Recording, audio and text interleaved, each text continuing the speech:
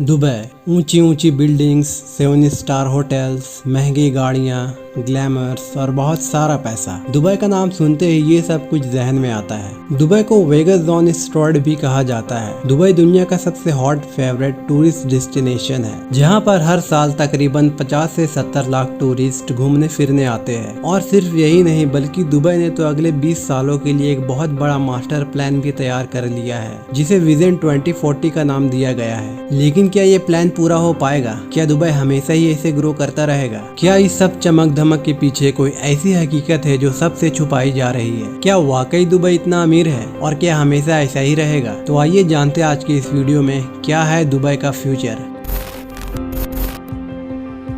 Dubai middle east में मौजूद बाकी सारे कंट्रीज से बहुत डिफरेंट है। दुबई का ऑफिशियल वेबसाइट के मुताबिक दुबई के जीडीपी का सिर्फ 1% ऑयल से आता है, जबकि बाकी 95% टूरिज्म, सी ट्रेड और फाइनेंस से आता है। लेकिन क्या वाकई ऐसा ही है? क्या दुबई ऑयल पे डिपेंड नहीं है और दुबई की सारी तरक्की और डेवलपमेंट के पीछे ऑयल का कोई हाथ नहीं? मेरे मुताबिक दुबई का क्लेम थोड़ा सा मिसलीडिंग है। कैसे? आइए चलते हैं 200 साल पहले, जब 1822 में दुबई 700 से 800 लोगों की आबादी वाला एक छोटा सा फिशिंग विलेज था। ये सारा गांव उस शहर के कंट्रोल में था जिसे आज अबू धाबी कहा जाता है। 1833 में अबू फलाशी नामी एक कबीले ने अबू धाबी के खिलाफ बगावत कर दी और दुबई को अबू धाबी से आजाद करवा लिया। इस सारी मूवमेंट को 2 लोग लीड कर रहे थे, उबैद बिन सैद और मखदूम बिन बुत्ती, और इस आजादी के बाद वही दुबई के मालिक बन गए। सिर्फ 3 साल बाद उबैद बिन सैद की मौत हो गई और मखदूम बिन बुत्ती दुबई का रूलर बन गया और आज की डेट तक इसी खानदान की दुबई में हुकूमत है। दुबई ने अबू धाबी से आजादी तो हासिल कर ली थी, मगर उसके हालात कुछ अच्छे नहीं थे।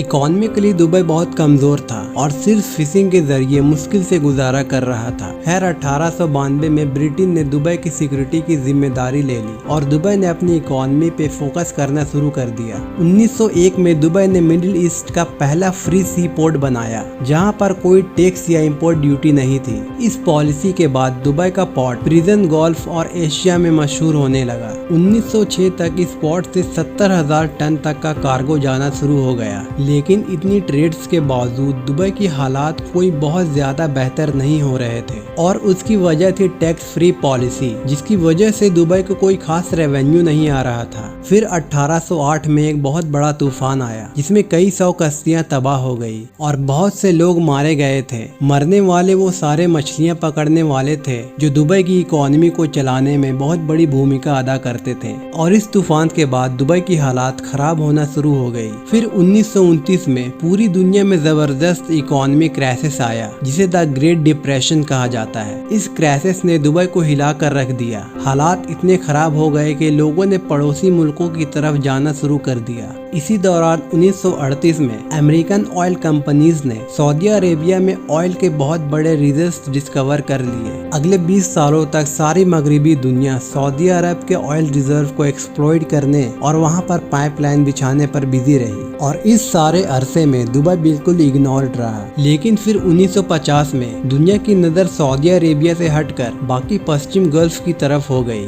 1958 में अबू धाबी ने तेल के बहुत बड़े रिजर्व डिस्कवर कर लिए और यहीं से इस सारे खित्ते की तकदीर बदलने का आगाज हुआ। 1966 में भी दुबई में ऑयल डिस्कवर हो गया। ये रिजर्व इतने ज्यादा तो नहीं थे कि दुबई की तकदीर बदलते, मगर दुबई की इकोनॉमी इस डिस्कवरी से थोड़ी संभलना शुरू हो गई। दूसरी तरफ अबू धाबी कई टन ऑयल बैरल एक्सपोर्ट कर रहा था। बिलियंस ऑफ डॉलर आना शुरू हो गए थे। दुबई भी अब ये बात समझ चुका था कि वो ऐसे देश से लड़ाई नहीं ले सकता जिसके पास पूरी दुनिया का 9% ऑयल प्रोडक्शन हो। और साथ ही साथ ये बात भी क्लियर थी कि दुबई अपने खुद के सहारे किसी सूरत ज्यादा अरसे तक सरवाइव नहीं कर सकता। खुशकिस्मती से दूसरी ही तरफ अबू धाबी का मालिक शेख जैद सुल्तान अल नयान का भी ये ख्याल था कि अगर इस पूरे रीजन को तरक्की करनी है तो उसका एक ही तरीका है कि सब एमिरेट्स मिलजुल कर एक साथ रहे और एक्सटर्नल और इंटरनल खतरों से इकट्ठे मिलकर एक दूसरे को डिफेंड करें। इसीलिए 1971 में यूएई वजूद में आया, जिसमें Abu Dhabi, Dubai, Sharjah, Ajman, मुल्क कुवैत और फुजैर शामिल थे। अबू धाबी इस नए कंट्री का कैपिटल बन गया और शेख ज़ैद बिन सुल्तान अल नयान पहले प्रेसिडेंट बन गए और ये था दुबई का टर्निंग पॉइंट। ये सारा जबरदस्त इंफ्रास्ट्रक्चर, ये एयरपोर्ट,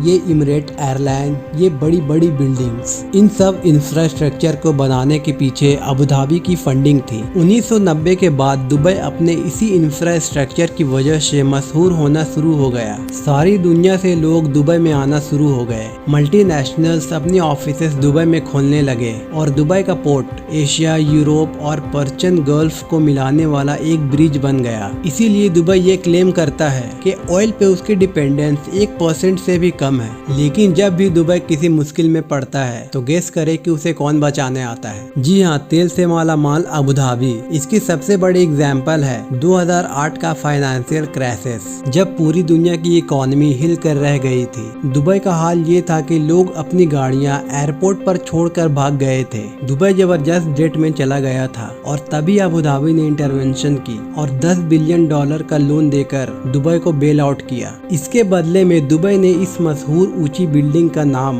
बुर्ज दुबई से तब्दील करके अबू धाबी के रूलर के नाम पर बुर्ज खलीफा रख दिया। लेकिन इसके बावजूद दुबई का डेट प्रॉब्लम सॉल्व नहीं हुई। 2008 के बाद से दुबई का डेट लगभग बढ़ता जा रहा है। IMF के मुताबिक दुबई का टोटल डेट तकरीबन $80 बिलियन है। इस $80 बिलियन में से $20 बिलियन तो अबू धाबी का है, जो अभी तक दुबई ने वापस नहीं की। अगर 2008 में अबू धाबी ना होता तो दुबई फॉर श्योर डिफॉल्ट कर जाता। तो ये तो हो गया पॉइंट नंबर 1 कि दुबई का ये क्लेम कि इसकी इकोनॉमी ऑयल पे डिपेंडेंट नहीं चलती, बिल्कुल गलत है, क्योंकि दुबई की आधी से ज्यादा इकोनॉमी अबू धाबी पर डिपेंडेंट है और अबू धाबी का 85% रेवेन्यू तेल से आता है। दूसरा पॉइंट है दुबई का रियल एस्टेट मार्केट, जहां से दुबई अपना काफी ज्यादा रेवेन्यू जनरेट करता है। 2014 के बाद से दुबई में प्रॉपर्टी प्राइसेस लगातार गिर रहे हैं। 2021 तक ये प्राइस इतना गिर चुका था कि अगर आप 2010 में खरीदी गई अपनी कोई प्रॉपर्टी 2021 में बेचते तो आपको कम से कम 60% का लॉस होता। पूरी दुनिया में रियल एस्टेट एप्रिशिएट करता है, मतलब वैल्यू बढ़ती रहती है, लेकिन दुबई में पिछले 8 सालों से बिल्कुल उल्टा हुआ है। अब एक तरफ तो दुबई में आपको हर तरफ कंस्ट्रक्शन होती नजर आएगी,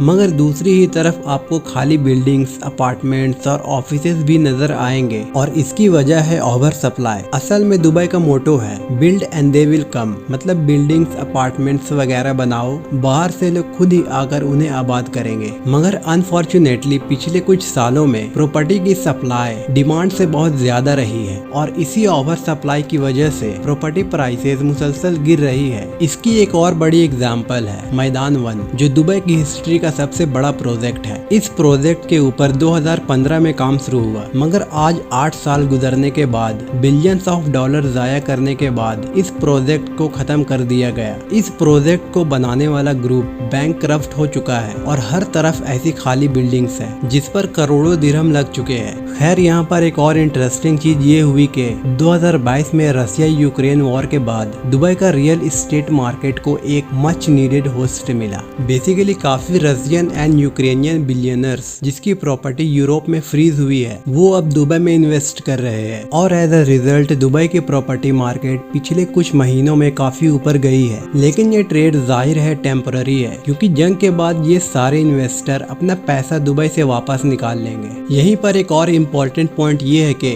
FATF ने दुबई को मनी लॉन्ड्रिंग के खिलाफ रिक्वायर्ड एक्शन न लेने पर ग्रे लिस्ट में भी शामिल कर लिया है और आने वाले समय में दुबई की रियल एस्टेट मार्केट को इस फैसले से काफी इफेक्ट हो सकता है। तीसरा बहुत ही इम्पोर्टेंट फैक्टर है दुबई एक्सपो। कोविड की वजह से 2020 के बजाय ये एक्सपो 2021 में हुआ और इसे सारे एक्सपर्ट्स अब बिलियंस फेलियर्स कह रहे हैं। पिछले कई 9 सालों से दुबई इस एक्सपो की तैयारी कर रहा था। दुबई की एक्सपेक्टेशन थी कि वो इस एक्सपो से पूरी दुनिया से बहुत सारी इन्वेस्टमेंट इकट्ठी करके अपनी मार्केट को एस्टैब्लिश करेगा, लेकिन अनफॉर्चुनेटली ऐसा कुछ नहीं हो सका। दुबई एक्सपो एक टूरिज्म स्टैंड के अलावा और कुछ नहीं साबित हुआ। ये एक्सपो फेल क्यों हुआ, इसके कई रीजन है, लेकिन चलते हैं दुबई का फ्यूचर डिसाइड करने वाले चौथे फैक्टर की तरफ, और वो है दुबई फॉरेन पॉलिसी। पिछले 3 या 4 सालों में UAE ने बहुत एक्टिवली अपनी फॉरेन पॉलिसी को सऊदी अरब के फॉरेन पॉलिसी से ऐलान किया है, स्पेशली कतर और ईरान के मामले पर। और उसका सबसे बड़ा नुकसान हुआ है कि यूएई